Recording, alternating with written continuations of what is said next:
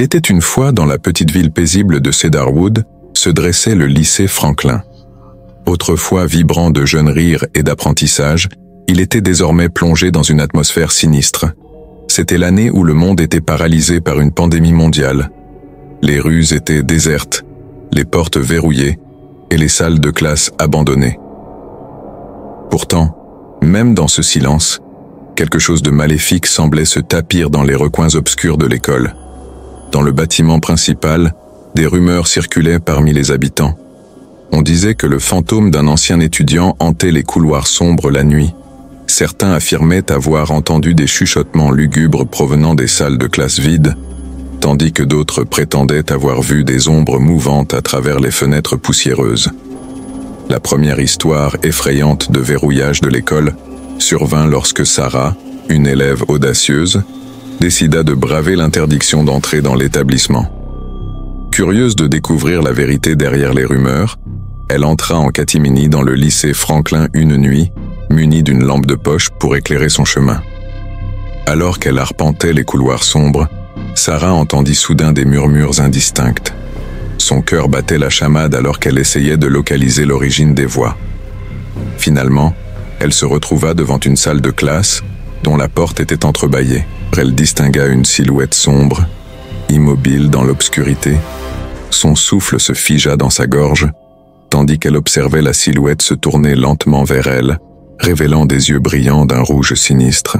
Prise de panique, Sarah fit volte-face et s'enfuit en courant à travers les couloirs déserts. Mais où qu'elle aille, les ombres semblaient la poursuivre, se contorsionnant et dansant autour d'elle. Elle finit par trébucher et s'effondrer sur le sol froid, convaincue que c'était la fin. Cependant, juste au moment où les ombres allaient l'engloutir, une lumière vive jaillit soudainement, dissipant les ténèbres. Quand Sarah rouvrit les yeux, elle se retrouva sur le trottoir devant le lycée Franklin, tremblante et couverte de sueur. Elle se releva précipitamment, incapable de comprendre ce qui venait de se passer. La deuxième histoire sinistre se déroula lorsque Jason, un autre élève intrépide, décida de défier les légendes urbaines et d'explorer les sous-sols abandonnés du lycée Franklin. Convaincu qu'il n'y avait rien de plus qu'une vieille plomberie rouillée et des archives oubliées, il s'aventura dans les profondeurs sombres de l'école. À mesure qu'il descendait les escaliers grinçants, Jason sentait une présence oppressante peser sur ses épaules. Il entendait des murmures faibles et des chuchotements menaçants qui semblaient émaner des murs eux-mêmes. Malgré son malaise croissant, il poursuivit sa descente dans l'obscurité.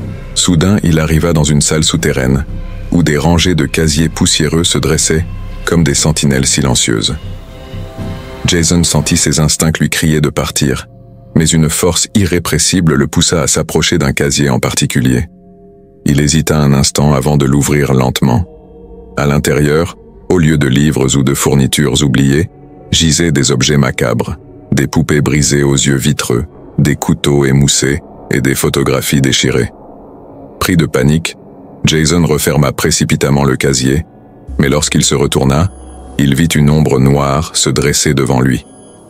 Le visage déformé par une rage indicible, l'ombre se jeta sur lui, le plongeant dans les ténèbres. La troisième histoire effrayante survint lorsqu'Emily, une élève solitaire, commença à remarquer des phénomènes étranges dans la bibliothèque de l'école. Alors qu'elle était plongée dans ses études tard dans la nuit, elle sentait parfois une présence froide et oppressante qui semblait la fixer depuis les étagères poussiéreuses. Un soir, alors qu'elle était seule dans la bibliothèque, Emily entendit des chuchotements faibles et des pas étouffés résonner dans les allées sombres. Intriguée malgré sa peur croissante, elle décida de suivre les bruits, espérant découvrir la source de son malaise. Plus elle avançait dans les recoins sombres de la bibliothèque, plus les chuchotements devenaient audibles. Finalement, elle arriva devant une porte dérobée dissimulée derrière une étagère poussiéreuse. Hésitante, elle l'ouvrit lentement, révélant un escalier en spirale menant à une obscurité insondable. Guidée par une force qu'elle ne pouvait expliquer, Emily descendit les marches craquelées, ignorant les avertissements hurlants de sa raison. Au bas de l'escalier, elle découvrit une chambre secrète, enfouie depuis longtemps, ornée de symboles ésotériques et de bougies vacillantes. Alors qu'elle explorait la pièce, Émilie fut prise de vertige et de visions troublantes.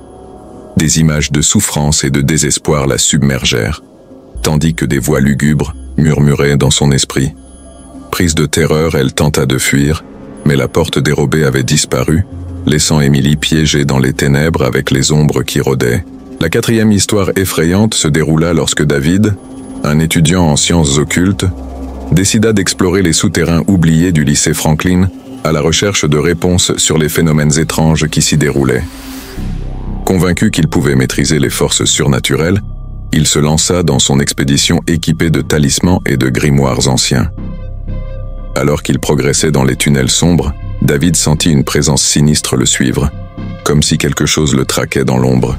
Ignorant ses instincts, il continua d'avancer, déterminé à percer les mystères enfouis sous l'école. Soudain, il arriva dans une salle obscure où des symboles étranges étaient gravés sur les murs. Une aura de malaise enveloppait la pièce, mais David refusa de reculer. Il commença à réciter des incantations anciennes dans l'espoir de conjurer les forces obscures qui l'entouraient. Cependant, ses efforts ne firent qu'éveiller quelque chose de bien plus terrifiant. Des ombres mouvantes jaillirent des coins sombres de la pièce, prenant une forme sinistre et menaçante. Pris au piège, David réalisa trop tard qu'il avait réveillé un mal ancien et implacable. La cinquième et dernière histoire effrayante se déroula lorsqu'une équipe de nettoyage, envoyée pour désinfecter l'école pendant le verrouillage, découvrit un passage secret dissimulé derrière une armoire dans le bureau du directeur. Intrigués, ils décidèrent d'explorer le passage, ignorant les avertissements tacites qui semblaient flotter dans l'air. Alors qu'ils avançaient dans le tunnel obscur, ils entendirent des murmures inquiétants et des chuchotements indistincts.